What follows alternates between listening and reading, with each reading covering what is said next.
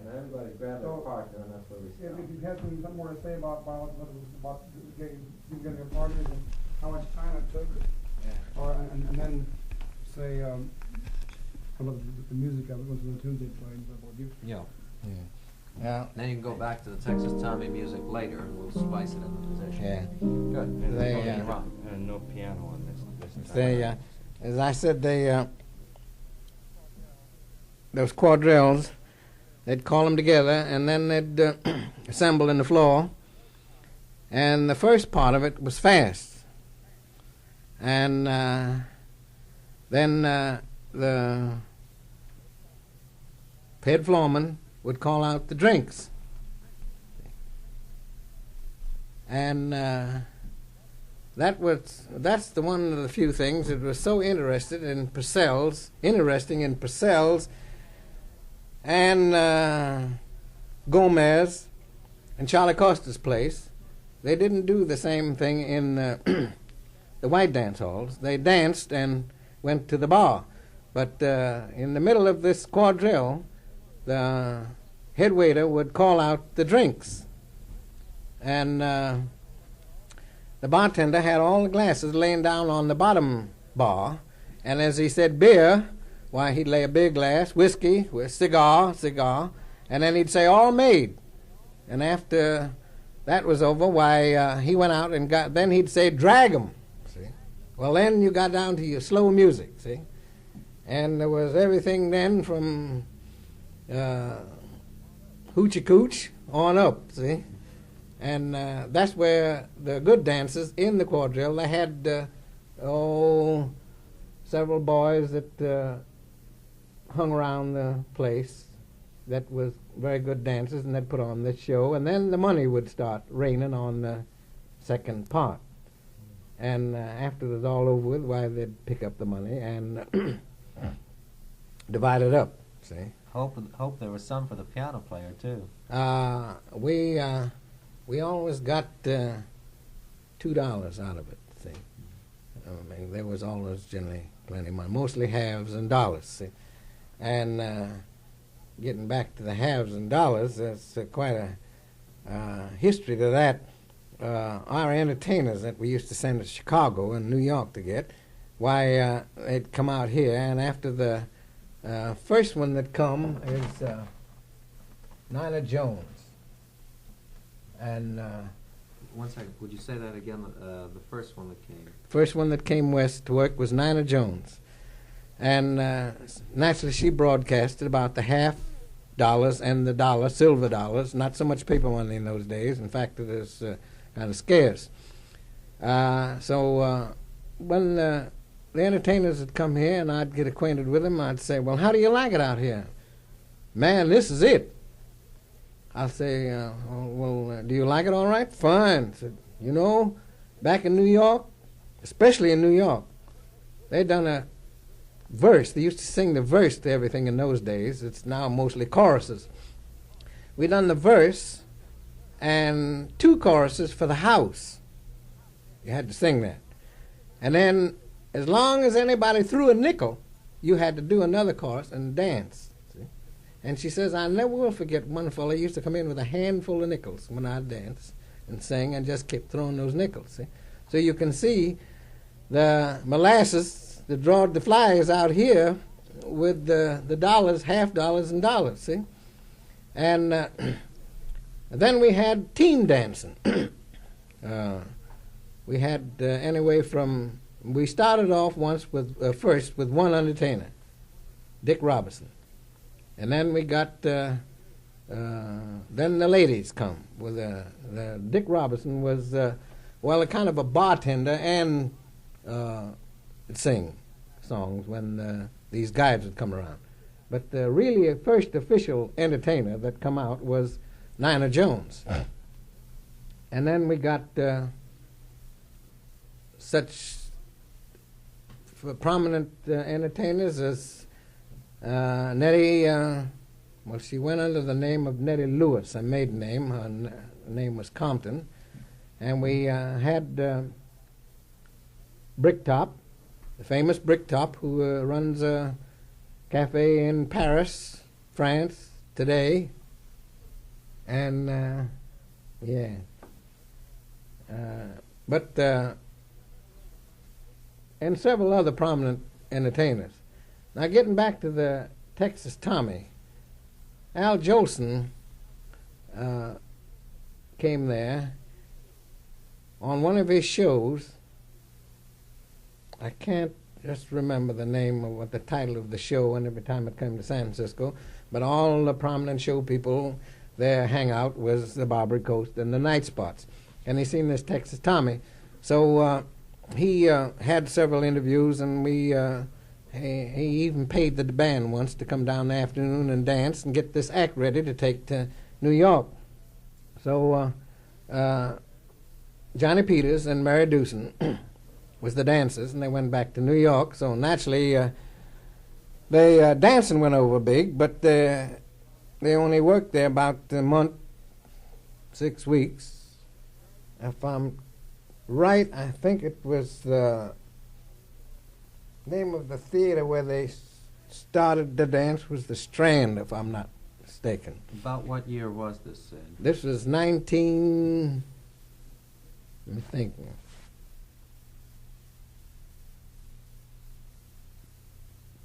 8, 9. Yeah, I think it's 9. And they couldn't sing, so naturally they came back. In those days, you had to be able to sing, dance, do everything, huh? That's it. If you was a singer, you must dance. If you was a dancer, you must sing. See? And what I mean, you had to do both of them. See? And good. And very good. I don't mean just get up there and cut a few steps. You had to dance. See? We had a girl, Lily Rose, one of our top entertainers, who traveled all over Europe with 2 Negro boys. She spoke French, Italian, German, and Russian. And she done the Russian dance. She was, see that part where they get down on the, like the knee bending and whirl around? She done that in tap steps, see? And they had to dance. It was no fooling around, see? And and we had another boy that was very good in the dancing, who got famous later on. Pet Bob, they called him, see? And actually, I think Pet Bob was a better dancer than Johnny Peters. Johnny was more graceful, but Pet Bob was looked like his dancing was just natural, see? And then Al sent Johnny Peters back to New York, and he danced on quite a tour. He went up, he left here with a girl that was I wouldn't call and try to remember her name because I can't think of her name. You know, some of them things get away from you. And he went back and he picked up a girl in New York that he taught the Texas Tommy to. And then Pet Bob, he got really famous in the old dance Ball and the Jack. See, that was that come along next. See. Sid, how about the word Tommy and the name Texas Tommy? That have any significance that you know of? No, just as I say, it originated in Texas, and that's about all we know about it. We don't know what the meaning of it is at all. One second, Sid. Would you kind of repeat my question? In other words, I'd like your own voice saying, "Well, we know it came from Texas, but we don't know what the word Tommy meant." It was just doesn't mean any person or anything. It's just the name of the dance. See, I'd like to have that in your voice. I see. So just say that. Well, something like that. We know that the word Texas Tommy originated in Texas, but we don't know what the meaning of it is. I'd like to have you actually say we don't know where the Tommy part of it. No, we don't know where the Tommy part come in at all. See, and yeah, let's repeat that again because it'll be a little hard to splice. This is a technical thing. Yeah, it's hard to cut up the way we just did it. So Yeah. I'd like you to repeat it once again. Just all by yourself. All by yourself. Just say that the Tommy part of the It means name no particular doesn't person, mean just any as- particular person or anything like that. Just the name of a dance. yeah, Good. yeah, the Tommy part of the dance is not particular. It's just the name of the dance, originated in Texas. Sid, one thing I want you to definitely say is that the Tommy doesn't refer to a special person. Yeah, I this see. is a legal thing. I mean, Yeah. it has to go into place so as they get. That's right. Nobody can sue. We don't want them. anybody to, yeah, we don't want anybody to Nobody's say, name, you my see, name was nobody's- Tommy and it's my dance. It's my Like dance, you you say can't that. tell. No, it's not a legal thing. I mean, the question brings up a legal point. It has to be stated on the record that nobody can come back on Columbia Records for using the name of Tommy. So Yeah. you got to explain that it doesn't mean any You particular just person. explained, that's right, in those days, it didn't refer to any special person. The word Tommy didn't mean a person's name, it was just the No. name of the dance. Just- Well, those days, the Texas Tommy didn't mean any special person or any name at all. It was just dance was created, and that's all we know about it. Good, yeah, phrasing it that way is the best. Sid, I'd like you to play some music the type that you used to play for the Texas Tommy dancers. What was one of the popular tunes that they liked to dance to? Well, I don't know if I can remember all of it. I'll just give you a little bit of it when I can. King Chanticleer was one, and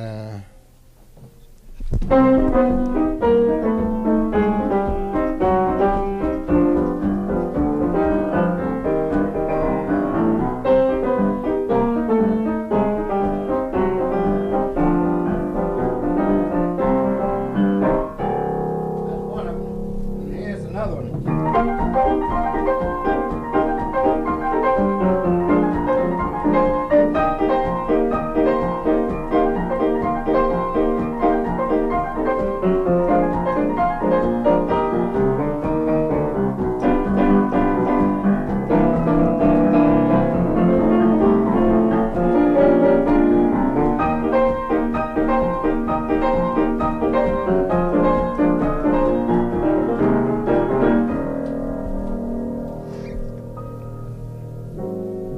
If you notice the last part of that tune, that was very interesting to watch. They done a certain step. I'm no dancer, and I can't explain it to you. see. But that's the part of the dance that used to bring the house down when they do that. We'll just have to imagine it. Yeah. Then, as I told you about Pet Bob and Ball and the Jack,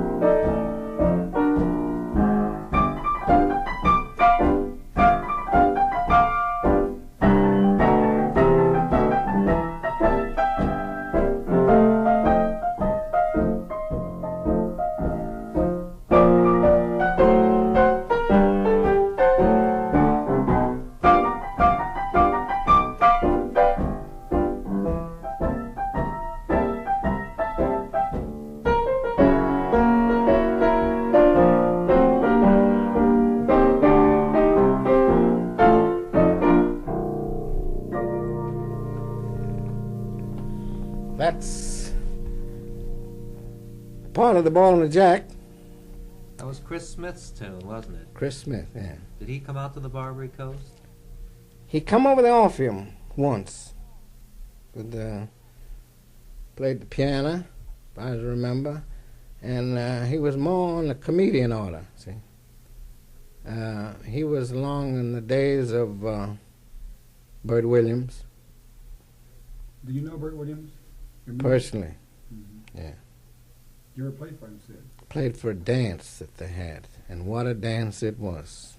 Nothing but champagne. See? And About what year was this? Do you recall, Sid, when Bert Williams came? I think Bert Williams is here. Well, that's the show Williams and Walker. That was the show. Came every so often, like a circus, to San Francisco, If I'm not mistaken, I think that's the year I had smallpox, 1911. Did their show play in the settlement there? Did it play on Oh no, uptown in the big Uptown. theaters. I'm trying to think of the name of the theater. If I'm not mistaken, it was the Columbia. Well, it wouldn't matter. By the way, Sid, anytime Turk or I ask you a question like, did it play on the Barbary Coast? Try to fix your answer so that you repeat that. In other words, you would answer. They didn't play on the Barbary Coast, but they played downtown.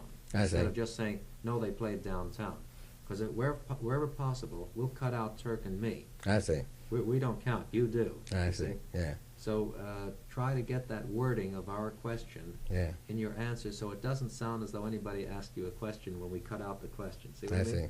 This is just merely a prompting is all it amounts to. We're actually just prompting here, and we'll cut our voices out wherever we can. Yeah, I 'Cause see. we don't want to be in the show any more than we have to. It's our And, show. They we had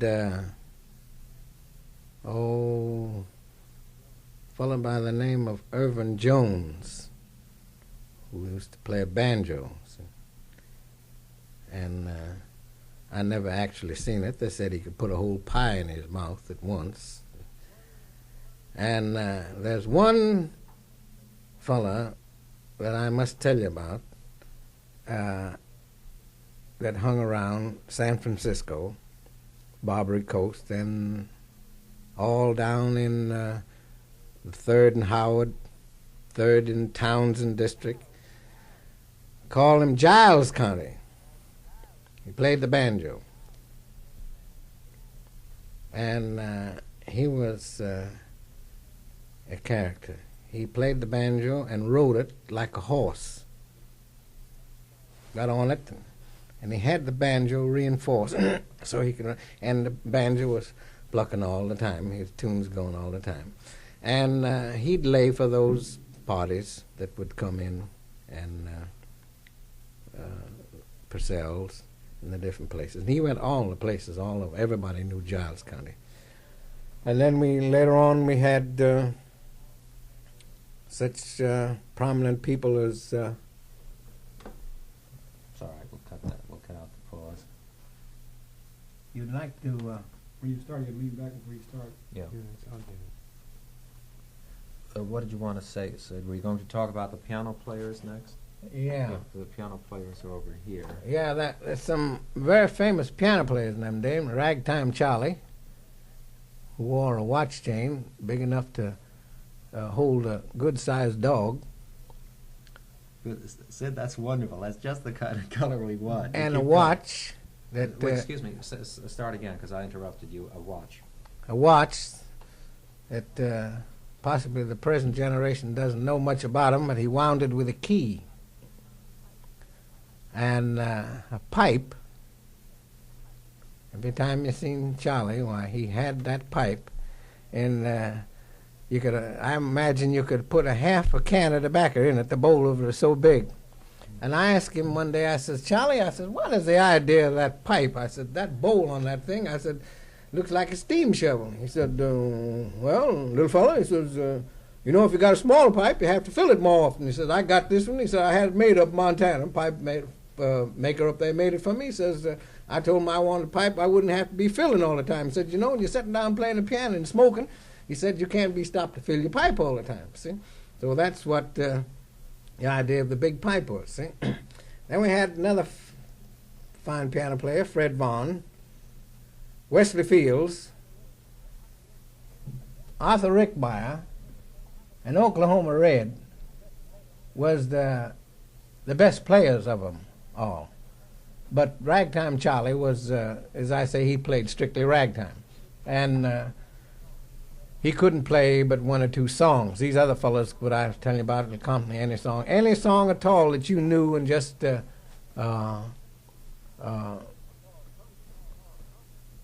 hummed it to them. Why, they could play it. And then we had a very fine piano player by the name of J. Roberts. Composed the Entertainer's Rag. And he also played Dixie in one hand and Marching Through Georgia in the other. And Can you still do that, or is that kind of rough now? no, I never tried that. See, and I don't see much difference in the piano players, the good ones in them days, and the good ones today. I think, from what I know, that the reason they got away from ragtime is too much work. See? You listen at the bands playing ragtime today, such fellas like Turk Murphy and Kid Ory, maybe? Kid Ory. If you see those fellas on television or see them in person, they're really playing. There's no rhythm section, sax section, reed section, brass section. They take down, look all around, play a lot of half, whole notes to a bar, sweet tunes. They played. See? Every man had to work every Every minute. man had to work. I get quite a kick out of some of our piano players today. I notice the right hand's flying, but the left hand is just once in a while hitting the chord, see? I said, but the piano players in them days, the left hand done as much work as the right hand, see? Sometimes more. This fella, Wesley Fields, was left-handed. Marvelous bass hand, see? And we had another piano player, a little Jewish boy from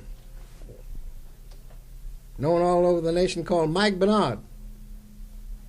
He was quite a pianist. Used to be with the original Dixieland Jazz Band, I think. Did he? Yeah. And he came to San Francisco. And I often I owe something to Mike, as I started playing music. I used to play classics, took lessons, and he watched me play, and he said, Sidney, he says, I noticed your fourth finger, he says, is a little weak. He said, I want to show you an exercise that will help it.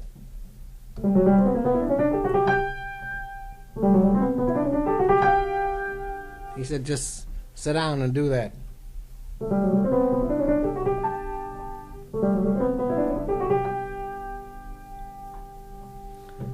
Sure enough, it did. See? And he was another two-handed piano player that played. He played the Stars and Stripes in one hand, and King Chanticleer in the other. Man.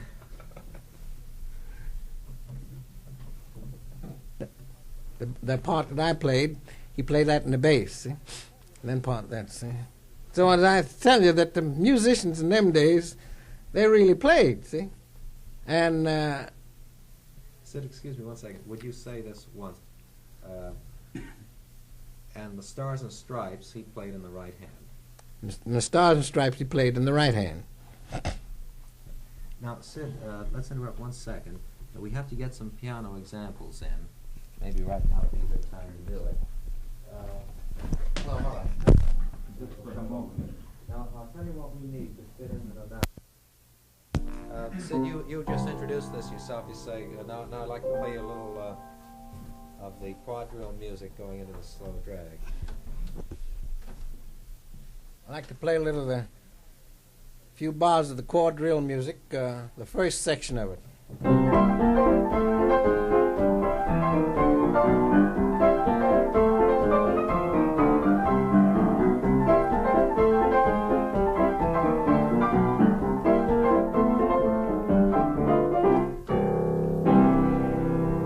And the second section of it.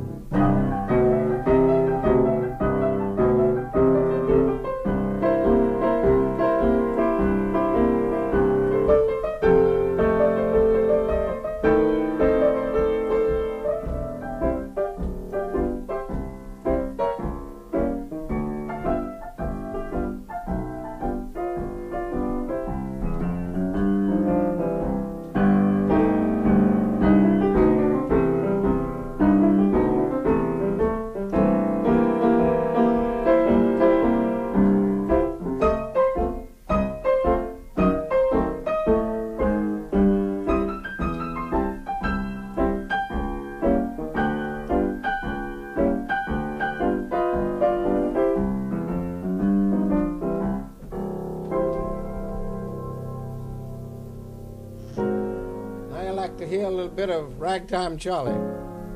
Quite a character.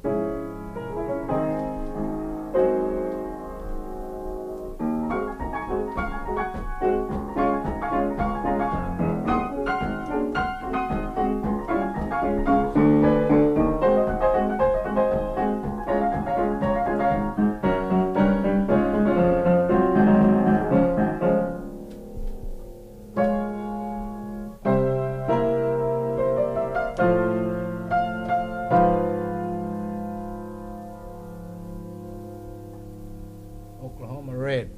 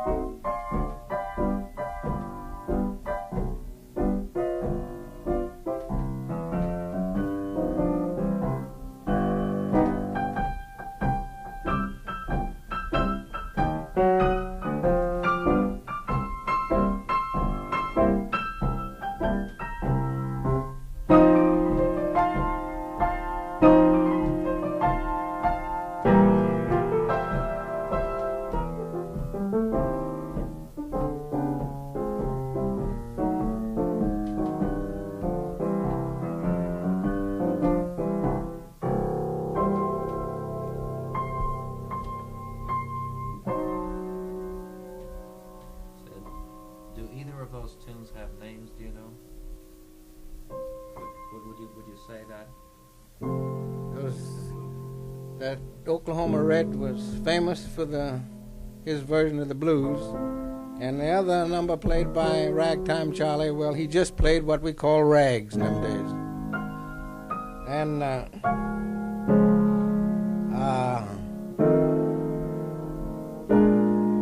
his Excuse me, Sid, would you say that neither of those had any regular name? neither of those tunes had any regular name. Here's a tune that had a name.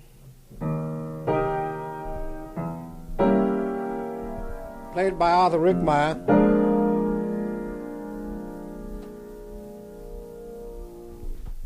don't know about that name.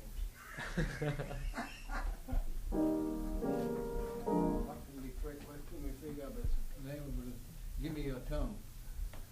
That was the name of it.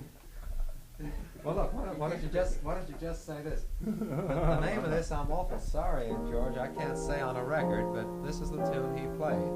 Just say it like that. The name of this tune, George, I'm awful sorry I can't give you the name of it, but Wait, I'm sorry. Would you repeat it? What I want is to have the listener realize that you know the name, but you can't say it on a record. Say the name of this. Let's Well, start with the guy's name again. that's right. Yeah, Arthur Rickmeyer. Arthur Rickmeyer played this tune. The name of this tune. Well, I better not say the name of it on a record, but I'll tell you afterwards, George. Something like that. Arthur Rickmeyer played this tune. Well, the name of it I better not tell you on the record. I'll tell you about it afterwards.